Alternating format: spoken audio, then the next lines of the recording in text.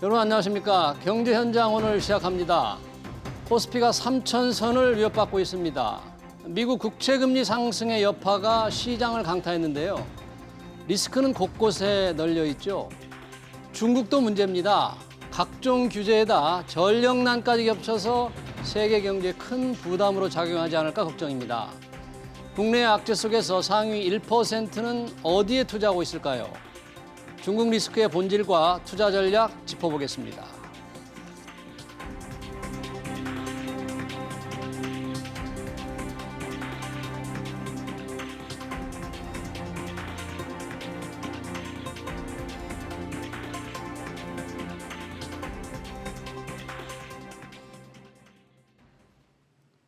네, 중국의 전력난 투자 전략 짚어보기 위해서 두 분의 전문가 모셨습니다. 박승찬 용인대 중국학과 교수 그리고 송재경 흥국증권 리서치 센터장입니다. 두 분 어서 오십시오. 네, 반갑습니다. 안녕하세요.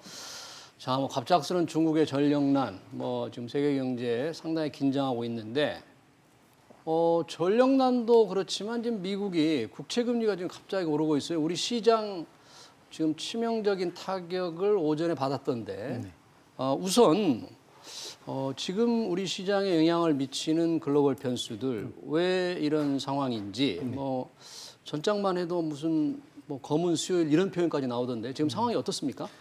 일단은 그러니까 지난주에 저희가 추석 연휴가 있었습니다. 추석 연휴 기간 동안 월요일 날 사실은 그 중국발 헝다 이슈 때문에 미국이 한번 월요일 날 크게 급락을 한번 했었고요.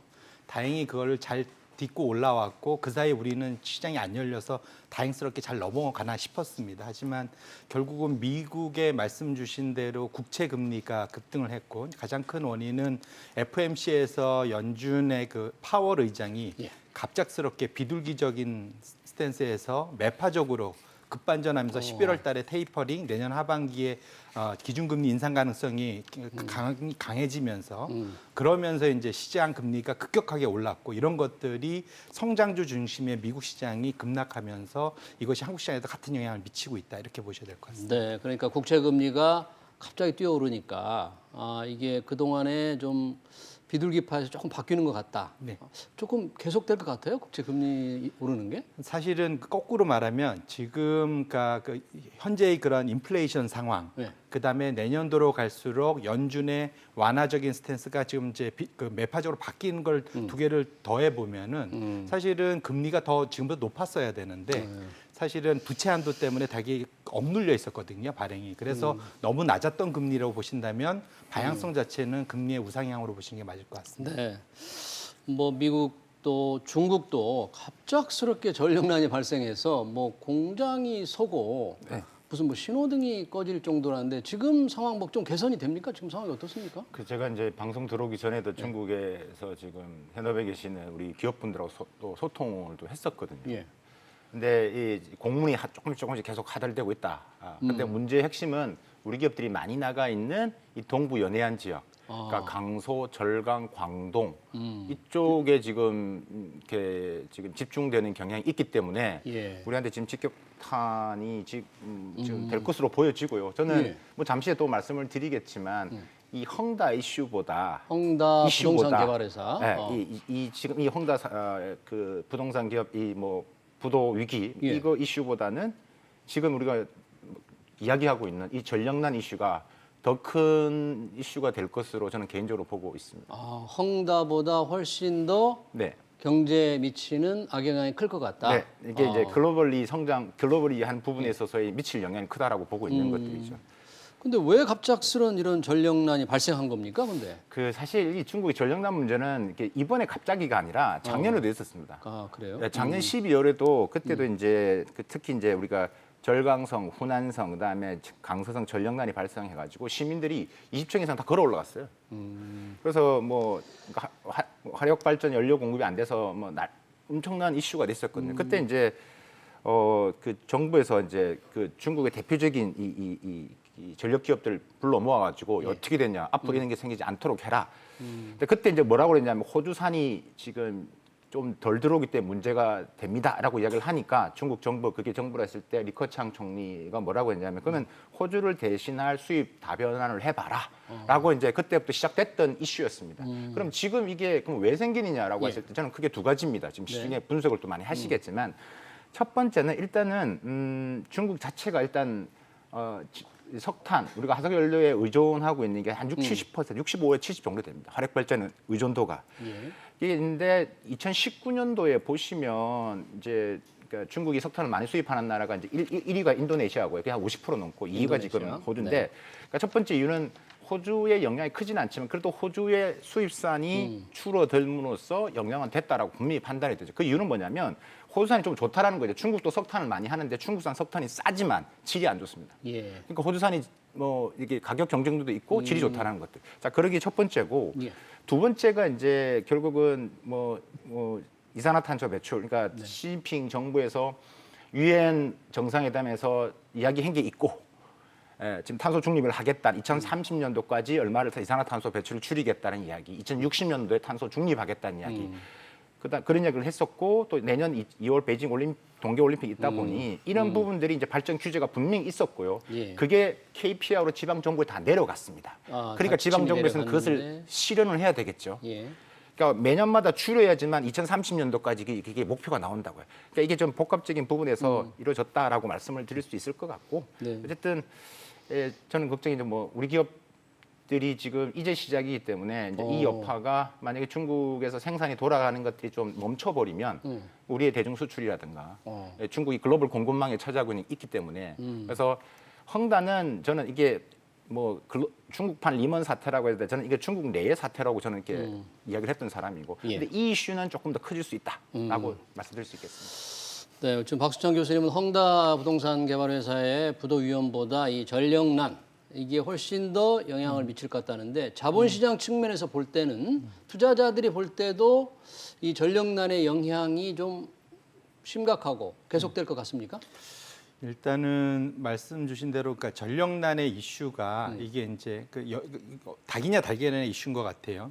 그러니까 무슨 말이냐면 수요가 부족해 갖고 공장을 못 돌려서 전력을 안 써 갖고 생산이 둔화되나 또 내지는 전력이 부족해 갖고 생산이 둔화되나 둔화된 거는 매 한 가지일 겁니다. 근데 지금 말씀 주신 대로 지금은 어쨌든 생산할 대상 수요는 지금 살아 있는데 지금 전력난 때문에 그거를 못 미친다는 거는 결국은 시간의 문제로 해결을 가능할 수가 있을 것 같습니다. 시간의 문제입니다. 예. 그렇게 놓고 보면 지금 상황 자체는 오히려 수요 문제는 단기 해결이 안 되는데 공급상의 이슈는 물론 이제 병목 현상 같은 큰 이슈는 따로 있겠지만 물류 쪽에 어쨌든 전력난 같은 경우는 최악의 경우는 개인한테 보낼 거를 기업 쪽으로 되돌거리거나 이런 식으로 사실은 또 변화를 줄 수 있는 상황도 있기 때문에 그렇게 놓고 보신다면 이것 자체가 중국 경기가 아예 급락하는 쪽으로 해석을 해서 전체적으로 자본시장이 악재가 될 거다까지 확대 해석하는 거는 아직은 조금 이르지 않을까 이렇게 생각합니다. 그래요? 네. 그런 좀 걱정도 하던데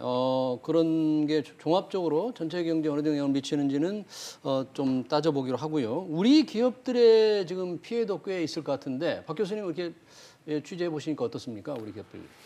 이제 시작이죠. 그러니까 지금 뭐 알려진 포스코뿐만 아니라 지금 심양에 있는 오리온 같은 경우도 이제 공장 생산 그 공장을 지금 가동을 일시 중단했다는 이야기. 그다음에 아까 지침이 이제 조금씩 내려가고 있기 때문에 이게 이제 생산실이 셧다운이 되면 그러니까 한국의 중국항 수출 제품에 대해 아까 제가 말씀 영향을 미친다라고 말씀을 드렸지 않습니까?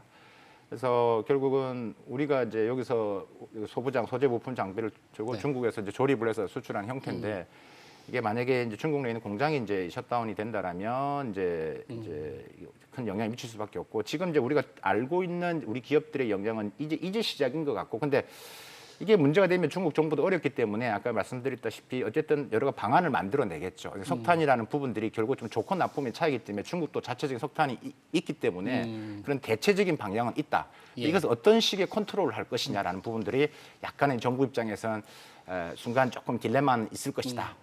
그게 좀 길어지면 우리 기업들의 영향은 있을 수밖에 없다라고 판단이 됩니다. 네.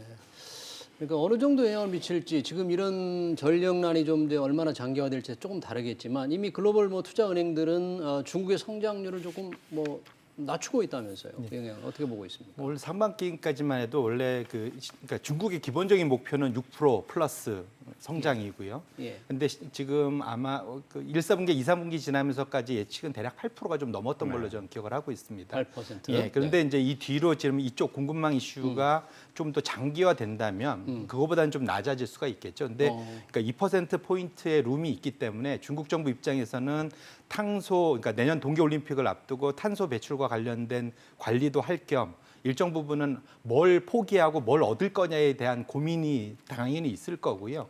결국은 제가 이제 말씀드린 건 이것 자체가 아까 말씀드린 대로 구조적으로 계속 안 좋아질 거냐, 이것이 일시적일 거냐 이슈에서는 아직은 저는 배팅은 조금 일시적인 쪽에다가 배스를 하는 것이 좀 더 낫지 않을까 저는 그렇게 생각하고 있습니다. 중국 공산당이 정부가 약속했던 것을 이제 맞추려면 그러니까 한 6.5% 정도만 하면 되거든요. 6.5% 정도만. 성장률을. 네. 그러면 지금 48%는 중국 이야기한 게 아니고, 그러니까 지금 글로벌리 그렇게 보고 있는 겁니다. 지금 보고 있는 건데 지금 이제 하락하면서 지금 8.8% 초반에서 지금 뭐 노무나 증권이라든지 골드만삭스, 모건 스탠리에서 다 좀 낮추고 있어요. 한 7.8에서 7.7로 낮추고 있습니다. 예. 근데 이제 중요한 것은 중국 내부에 있는 그러니까 IB들, 그러니까 예를 들면 국제금융공사라는 부분에서 조금은 서서히 좀 낮추는 수치들이 나오고 있다라는 것들이죠. 그러니까 어쨌든 영향은 갈 거라는 거다. 하지만 그게 중국 전체로 봤을 때 이미 목표치에 대한 성장은 갔기 때문에 중국 정부 입장에서는 뭐 8.2%든 7.8%든 크게 무게 중심을 두지는 않는다. 네. 목표치가 6%, 6.5 정도까지 간다라고 했을 때 일단은 예상치보다 낮아지더라도 목표치 위에 있기 때문에 네, 큰 부분은 아니고. 그렇군요. 어쨌든 영향은 간다. 지금 나와 있던 것처럼. 예. 네. 근데 중국의 성장률이 워낙에 세계 경제에 차지하는 비중이 크기 때문에 이거 좀 긴장하면서 바라보는 거잖아요. 글로벌 경제 전체 영향이 어느 정도로 확산될 것인가. 그런 걱정이 좀 투자자들이 많은 거 아닌가요? 사실은 그걸 이제 대표적으로 측정하는 지표가 신용 자극이라는 게 있습니다. 신용 자극. 크레딧 그러니까 돈을 임펄스. 좀 더 푸는 거 말씀하시나요? 예, 맞습니다. 크레딧 임펄스라고 그래갖고 2008년부터 측정되던 건데 전체 GDP에서 신규로 대출이 일어나는 그러니까 신규로 크레딧이 일어나는 부분이 얼마나 퍼센테이지로 늘어나냐 줄어나냐를 갖고 찾아보는 게 있는데요. 그것이 작년 8월 이후에 급락을 해서 지금 마이너스권으로 와 있거든요. 그 이유가 뭐냐면 대표적인 게 이 신용을 갖고 가장 크게 소위 영향을 받는 게 중국의 부동산 가격입니다. 근데 지금 부동산 가격이 코로나 이후에 급등하려고 폼을 잡으니까 중국 정부가 그걸 급격하게 낮추면서 지금 결국 그 이슈가 끝까지 와서는 헝다의 파산 위기까지 오게 된 거거든요. 부동산 그래서 시장의 어떤 신용 자극을 확 줄여버렸다. 네, 그러니까 그것들이 결국 부동산 시장에만 영향을 미치는 게 아니라 전반적으로 기업들이나 개인들의 이제 대출을 일으킬 수 있는 여력을 줄여버리면서 이제 그것이 영향을 준 건데 결국은 이것이 지금 12개월은 계속 빠지고 있지만 6개월 기준으로 놓고 보면 바닥을 좀 잡고 있습니다. 결론적으로는 중국 정부가 보는 것은 부동산 경기가 안정화되는 거지 침체로 가는 건 아니거든요. 침체되면 이게 심각합니다. 그래서 그런 측면에서 놓고 보면은 어느 때든가 지금부터 제가 보기에는 한 3개월에서 6개월 안에는 다시 그 신용 자극을 좀 풀어줄 확률이 좀 더 커 보이기 때문에 그렇게 된다면 좀 숨통이 좀 트일 수 있지 않을까. 그러니까 신용 자극이라고 하니까 조금 어렵게 느껴지는데 여튼 금융회사가 돈 빌려주는 걸 계속 줄여온 게 지금 거의 끝 무렵에 달한다 뭐 그런 맞습니다. 건가요? 예. 이제 좀 늘어날 수도 있다 그런 얘기예요. 그렇죠. 민간의 돈줄을 확 줄여놨는데 이제 그 목줄을 줄여놓은 걸 조금 풀어줄 가능성이 좀 이제 점점 높아지고 있다 이렇게 보시면 될 것 같습니다. 헝다 보니까 아직 뭐 금융회사 자기 은행 지분을 팔아서 일단 빚을 갚겠다고 뭐 그러던데 과연 그걸로 위기를 극복할 수 있을지는 모르겠습니다만 박 교수님 지금 중국은 지금 전력난이 갑자기 부각돼서 그렇지 이 그동안에 갑자기 빅테크 기업들 규제도 나오고 지금 부동산 개발회사 이 자금들 줄이는 거 나오고 뭔가 이 리스크가 너무너무 많은 것 같습니다. 지금 어떤 흐름으로 지금 이어지고 있는 거예요? 일단 우리가 아는 뭐 알리바바부터 시작된 이런 빅테크 기업이죠. 그다음에 뭐 텐센트도 포함이 될 것이고 디디 추스잉도 해당됐을 것이고 우리가 말하는 틱톡, 그러니까 바이트댄스도 뿐만 아니라 전반적인 테크 기업들의 규제. 그러니까 이 규제는 결국 뭐 중국 내부의 규제로 보이시지만 그 총구의 끝은 결국 미국을 향하고 있다라는 게 뭐 제가 항상 말씀드리는 것들이고 미국을 향하고 있다. 예, 지금 이 테크 기업들을 규제하는 것은 결국 저는 이제 보통 이제 3+2 이 종합 세트 법안이라고 그러는데요. 국가보안법, 네트워크 보안법, 데이터 보안법. 그러니까 여기 있는데 여기에는 안 걸리는 기업이 없습니다. 다 걸리게 돼 있습니다. 그죠? 그렇기 때문에 이게 이제 결국은 자국 기업을 하는 거지만 중국에 있는 플랫폼 기업들도 해당된다라고 이제 보시면 될 것 같고, 이는 이제 우리가 말하는 반독점법과 개인정보보호법 11월 1일부터 시작되는, 그러니까 이게 이제 자국 기업들 규제로 일단 시작됐죠. 그리고 나서 지금 여러분들이 많이 들으셨던 뭐 사교육 문제라든가, 게임 규제, 그죠? 게임 규제 같은 경우도 시간을 이제 쭉 줄이는 것들이, 그다음에 나와서 뭐 연예인들 뭐 팬덤 문화 같이도 그것도 못하게 한 부분인데, 그다음에 지금 우리가 지금 부동산 규제, 이 부동산 규제도 사실 어제 오늘도 이야기도 아니기 때문에 어쨌든 외부의 시각에서 보면 다 그렇게 보일 수 있습니다. 그러니까 이런 것들 하나하나를 뭐 제가 뭐 여러 칼럼에서도 설명을 했지만 규제의 방향은 속내와 목적은 약간은 다르지만 하지만 두 가지로 귀결됩니다. 첫 번째는 일단 시진핑 정부 입장에서는 지금 이제 내년 3년이면 이제 24 당대회가 10월달 열리는데 뭐가 좀 노이즈가 많다는 겁니다. 그러니까 잡음이 많이 들린다는 거죠. 그러니까 이슈를 좀 덮어야 됩니다. 근데 그 이슈를 덮어야 된다는 것은 명분이 있어야 됩니다. 그 명분은 많은 10억 명이 넘는 일반 민중이 지지를 하는 아젠다여야만 합니다. 근데 지금 우리가 보고 있는 건 이해가 안 되죠. 근데 내부에서 중국인의 입장에서 보면 지금의 규제들이 더 많은 지지를 올려주고 있다는데 우리가 좀 이해를 하셔야 됩니다. 그 빅테크 규제하거나 사교육 규제하는 게. 왜냐하면 그 테크 속내 목적은 다르긴 한데 알리바바가 마윈 회장 같은 경우는 중국 내에서 평가 별로 안 좋습니다. 그러니까 그들이 만든 생태계에서 이게 우리가 말하는 그 스타트 기업들이 성장할 수 있는 공간이 없고, 알리바바의 생태계, 텐센트의 생태계, 바이두의 생태계, 그들이 다 하는 거죠. 그들이 모든 빅데이터를 쥐고 있는 것들이죠. 그러니까 성장의 공간이 작다라는 것들이죠. 그래서 그게 첫 번째가 이제 그런 이슈에서 접근할 수 있는 거. 두 번째가 이제 확연히 이제 중국 입장에서는 그러니까 미국과의 이 탈동조화를 아예 생각을 하고 준비를 해 나가고 있는 겁니다. 미국과 그러니까, 디커플링. 완전히 하고 있는 겁니다. 그러니까 미국이, 그러니까 우리 흔히들 상호 의존의 무기화라고 합니다. 그러니까 미국과 중국이 의존되어 있는 분야에서 미국이 자꾸 중간을 자꾸 막아버리서 그것을 중국을 공격을 하고 있는 것들이거든요. 그러니까 중국은 오케이 그렇게 하면서 우리는 탈동조화를 하는 것들이죠. 그래서 이제 그렇게 가고 있는 입장에서 지금은 규제를 하고 있고, 이제 내년 3년임을 위한 부분들을 이제 하나씩 하고 있기 때문에 내년까지 이런 규제들은 저는 이제 계속 나올 거로 보고, 그래서 우리 투자자분들한테는 항상 좀 보수적으로 좀 말씀드립니다. 이게 끝이 아니다. 그렇기 때문에 그럴 때마다 항상 이게 조바심을 내시면 힘드시기 때문에, 특히 홍다 같은 경우는, 홍콩 같은 경우는 지금 앞으로 정신이 없을 거거든요. 홍다 관련 회사들 4개가 지금 홍콩에 상장되어 있기 때문에 그래도 하나씩 우리가 좀 보셔야 될 것 같다. 지금 규제에게 계속될 것 같다. 우리 박수창 교수님 말씀이신데, 송재영 센터장님, 그러면 최근에 이미 그 규제 압력으로 중국 주식 관련 주식들이 많이 지금 떨어졌잖아요. 혹시 중국에서 이른바 자본 이탈, 캐피탈 아웃플로우 같은 게 좀 분명히 좀 보이고 있습니까? 어떻습니까? 근데 흥미로운 건 떨어지는 칼날에 손을 내미는 외국인 투자자들이 꽤 있다. 그래요? 그래서 사실은 데이터가 이제 중국 데이터는 명확치는 않긴 하지만 어렴풋이 잡히는 거에 의하면 중국에서 발행되는 위안화 표시 그러한 채권들, 국채들 이런 것들에 사는 게 계속 늘어나고 있고요. 오히려 8월 달 기준으로는 9월까지는 제가 못 봤는데 8월까지는 오히려 7월 달 대비해서 8월 달에 중국 그 ETF 관련된 외국인 투자자들이 오히려 한 50% 이상 더 늘었습니다. 늘었습니까? 오히려 더 늘려왔습니다. 그래서 지금 사실은 항생 인터넷 지수 기준으로는 2월 고점 대비 한 반토막이 나 있거든요. 한 절반이나 떨어졌기 때문에. 그래서 사실은 미국 원래는 올 초까지만 해도 미국의 대형 테크주보다 중국의 대형 테크주의 밸류에이션이 훨씬 비쌌는데 지금 반토막이 나면서 중국 대형 테크주들의 가격이 많이 싸져 있는 상태입니다. 그래서 그런 측면에서 놓고 보면 오히려 소위 이제 역발상 투자죠. 그래서 떨어진 칼날에 손을 내미는 용감한 투자자들도 꽤 있다라고 보셔야 될 것 같습니다. 그래요.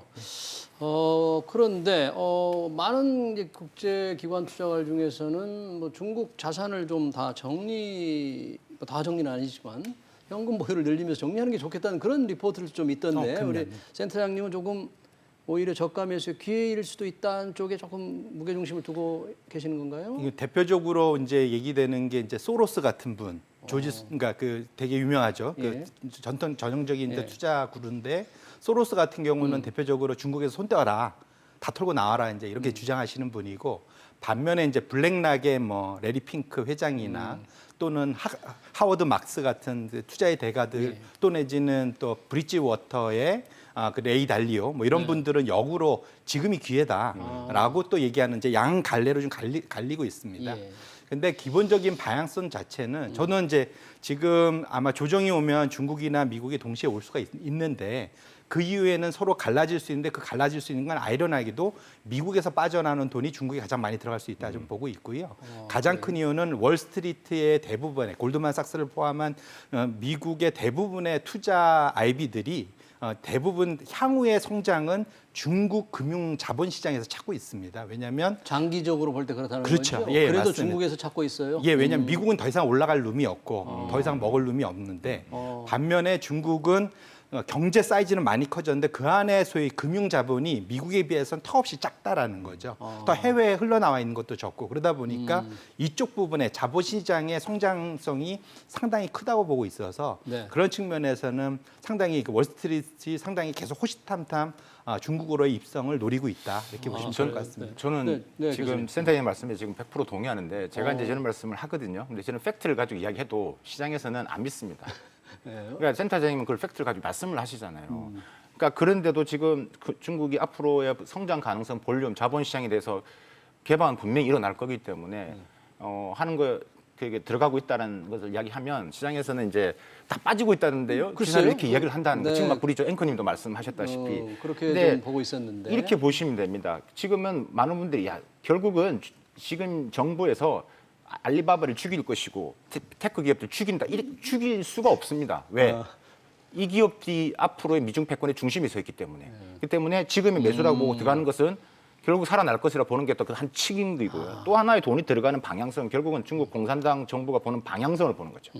어디를 보느냐? 그럼 결국은 우리가 반도체나 소재 부품 장비라든 전기차든가 바이오나 결국 이렇게 갈 수밖에 없는 거기 때문에 그쪽은 돈을 갈 수밖에 없는 거죠. 네. 그래서 이제 그런 부분이기 때문에 지금 말씀하셨다시피 성장 가능성은 우리가 분명히 이해를 하고 넘어가야 그러니까 된다. 그래도 장기적으로 성장 가능성은 중국에 있다. 우리 송재영 센터장 말씀인데 제가 박 교수님께 하나 더 여쭤보고 싶은 게 이렇게 계속 빅테크에 대한 규제를 하고 부동산 대출 규제를 하고 사교육 규제를 하고 뭔가 규제 일변도 그러니까 그동안의 자본주의를 지향하는 그런 어떤 큰 정책 기조와 방향에서 완전히 후퇴하는 게 아닌가, 거꾸로 가는 게 아닌가 이런 의심을 갖고 있는데 그런 건 아닌가요? 아우 그렇지 않습니다.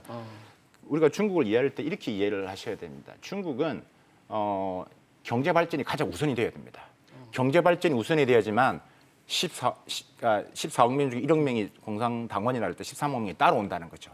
그 1억 그 한 개 첫 번째가 그 이제 경제 발전인데 그 경제 발전을 위해서 두 가지가 바퀴가 따라가야 됩니다. 첫 번째가 개혁 개방, 또 하나가 중국에서는 네 가지 사상의 견지라고 하는 건데 개방을 하되 마오쩌둥 사상이나 막스 레닌 사상을 같이 가야 되는 겁니다. 즉 테크 기업들의 성장과 규제를 하는 부분은 다 지금의 시기적으로 딱 있는 거고 절대 그렇지는 않을 것이다. 자본시장 부분들은 앞으로의 부분에서는 더 이게 개방의 폭은 클 것이다. 그러니까 이런 착시 현상에서 중국을 잘못 보시면 돈은 미국 투자자에 또 다 벌어가는 경우가 있죠.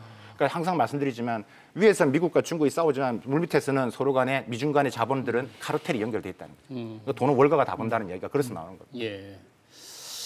이 중국의 전력난도 그런 여러 가지 이제 중국 리스크 중에 하나라 보는데 송재영 센터장님 지금 뭐 전력난 이게 여러 가지 뭐 공급망의 많은 문제, 원자재값 상승 이런 것 때문에 글로벌하게 지금 국제적으로 곳곳에서 지금 일어나고 있는 현상으로 봐야 되는 거죠. 일단은 중국의 전력난이 석탄 때문이다라는 거에 일부를 석탄 가격 급등에서 찾고 있거든요. 그런데 이제 석탄 가격이 왜 올랐냐를 또 따지고 들어가 보면은 이것의 나비 효과는 아이러니하게도 유럽과 러시아의 천연가스 공급 이슈가 가장 크다고 보셔야 될 것 같아요. 그래서 유럽이 이제 겨울로 들어가는데 유럽의 천연가스의 절반 이상이 러시아로부터 수입을 받습니다. 근데 러시아가 지금 통상적으로는 지금 계속 가스 생산해 갖고 보내줘야 되는데 이거를 많이 안 보내지고 좀 쟁여놓고 있습니다. 그래서 10월 말까지는 많이 못 보내줘 이렇게 이미 어나운서가 돼 있는 상태거든요. 그러다 보니까 지금 북유럽 쪽은 10월부터 겨울인데 재고가 역대 최저 수준밖에 안 됩니다. 그래요? 그러니까 거기에 플러스 유럽은 상대적으로 이 그런 청정 에너지에 가장 앞장서 있어서 네. 전체 그 발전 믹스 중에 그 천연가스로 생산하는 비중이 제일 높은 지역입니다. 그런데 천연가스 가격이 지금 1년 사이에 500%나 올라와 있거든요. 초급등을 했습니다. 그래서 이런 측면이 결국은 브렌트유 가격도 오르고, 예. 그러니까 왜냐하면 천연가스가 안 들어오니까 가스 발전이 안 되니까 이거를 오일 발전으로 내려와서 블렌트 가격이 올라가고, 그것도 안 되니까 심지어는 그 사이 꺼져 있던 석탄 발전까지도 돌려야 되는 식으로 하다 보니까 석탄 가격까지 올라가는. 전기는 필요한데 뭘로 생산할지가 계속 연쇄 반응을 일으키고 있는 것이기 때문에 적어도 올 겨울 동안은 이 유럽발 에너지 위기 이런 것들이 계속 시장에 좀 악영향을 미칠 수는 있다 이렇게 말씀드립니다. 그러니까 중국의 전력난도 그런 글로벌 이 에너지 위기 차원에서 이렇게 한번 볼 필요가 있는 거네요. 네. 자, 이 중국의 문제는 아까 우리 박 교수님 말씀하실 때 저는 이제 중국의 기업들을 많이 규제하니까 규제의 악영향만 생각했는데 결국은 칼끝이 총끝이 미국을 향한다. 결국 미중 패권 전쟁의 큰 테두리에서 봐야 된다. 그런 말씀이신 것 같은데 그렇습니까? 중국은 패권이라는 말은 절대 쓰지는 않기 때문에 준비를 하는 거죠. 그래서 이제 언제든지 거기에 대한 부분에서 이제 하고 있는 거고 조금이나마 이제 그렇게 계속 공격을 한다면 우리도 똑같은 잣대로 들이대겠다. 그런 부분에서 자국 기업들을 이제 규제를 하는 측면이고 그걸 통해서 법 체계를 지금 만들어 놓고 있는 거고 지금 완비를 시켰다라는 것들이죠. 그러면 이런 상황에서 계속되는 중국의 테크 기업들과 미국의 경쟁은 앞으로 어떻게 좀 이루어질 것 같습니까? 일단은 지금 중국 테크 기업들과 미국 간의 가장 핵심적인 부분이 이제 우리가 기술 안보 측면이기 때문에, 그러니까 중국 정부 입장에서는 테크 기업들의 글로벌화를 지원을 하되 민감한 데이터 부분에서는 계속 터치를 할 겁니다. 그러니까 이게 결국 경제 안보기 때문에 미국이 중국의 기술을 보는 것도 테크 기업들을 보는 것도 결국 그들이 쌓아놓은 데이터가 결국은 그 AI가 되는 거고. 예. 인공지능을 잘하기 위해서 두 가지가 필요하죠. 데이터와 슈퍼컴퓨터. 근데 이게 두 개를 잘하고 있는 나라가 중국입니다. 그래서 이제 이게 이제 경제 안보까지 이미 이슈가 됐다 미중 간에는. 네. 그래서 결국 테크 기업들은 결국은 아까 말했던 완전히 탈동조화가 되면서 뭐 이제 자국 시장을 중심으로 해서 시장을 키워나가는 형태. 네. 그래서 거기서 또 하나 혁신을 만드는 형태로 구분이 될 것 같다. 거기서 우리가 좀 기회를 좀 찾으셔야 될 것 같고. 우리가 그렇군요. 이 중국의 이 테크 기업 규제와 미래에 대해서 잠깐 말씀했는데 역시 뭐 우리 투자자들은 요즘에는 뭐 또 서학개미들이 굉장히 미국 시장에 이게 관심을 많이 가지고 있잖아요. 그런데 지금 미국 시장이 모두에 말씀하신 대로 국채금리 상승 때문에 지금 급락을 하고 있는데 리스크가 이렇게 곳곳에 널려 있는 상황에서 어떻게 대응을 해야 될 건지 뭐 시장에서 다 좀 일단 발을 빼고 쉬어야 하는 건지 아니 어떤 부분에 조금 낙관적인 그런 전망을 할 수 있는 분야나 업종이 있는지 어떻게 전략을 짜야 됩니까? 제일 첫 번째로는 이렇게 변동성이 커지면 커질수록 빚내서 투자하시면 안 되고요. 예. 두 번째로는 가능하면 현금 비중을 좀 적절하게 가져가셔야 된다. 그랬을 때 조정이 왔을 때 진짜 저가 매수할 수 있는 여력이 생긴다. 그래서 대략은 저는 최소한 20%, 많게는 한 40% 정도의 현금 비중을 가져가셔라 계속해서 20%에서 최대 40%까지. 예, 그래서 현금 비중을 좀 많이 가져가시면 좋겠다 말씀드리고 주식도 지금 아마 대부분 서학개미 국내도 마찬가지지만 아마 대형 테크주 위주로 아마 성장주 위주로 포트폴리오가 공격적으로 짜져 있을 겁니다. 근데 지금 아까 말씀드린 대로 지금 물가 상승을 감안할 때 장기 금리가 우상향할 가능성이 매우 높아서 그렇게 놓고 보면 그때 최대의 피해는 이런 성장주 컨셉의 테크주들이 많이 받을 가능성이 높습니다. 그래서 그렇게 되면 현재의 포트폴리오가 상당히 앞으로의 투자 환경에 취약할 수가 있어서 그거를 좀 더 보수적으로 밸류에이션이 싼 에너지, 금융, 소재 업종으로 좀 줄이시고 가능하면 에너지, 소재, 금융 업종으로 줄이시고 앞으로 연말 가지고 오지 않습니까? 지금은 배당 같이 당장 돈을 주는 기업이 제일 좋습니다. 그래서 당장 이익 증가율은 적더라도 꾸준히 배당을 줄 수 있는 기업들, 재무 구조가 상당히 탄탄한 기업들 이런 기업들로 포트폴리오를 좀 안정적으로 압축하실 필요가 있겠다 말씀드립니다. 혹시 박 교수님은 중국 시장 투자에 대해서 조금 덧붙일 말씀이 있거나 뭐 조언을 하실 분야도 있습니까? 중국 주식 하시는 분도 계실 거고 뭐 홍콩 네. 주식 하시고 계실 텐데 일단은 규제가 계속 일어날 거기 때문에 거기에서 이제 계속 그걸 준비를 하셔야 되기 때문에 그러니까 그렇다고 근데 말씀드렸다시피 미국이나 기관 투자는 계속 들어가는 것들이 지금 눈에 들어오기 때문에 그 말에 오면은 분명히 성장의 폭이 있다라는 것을 좀 기억을 하시고 예. 일단은 지금은 홍콩보다는 저는 본토를 일단 먼저 말씀을 드리고 싶고요.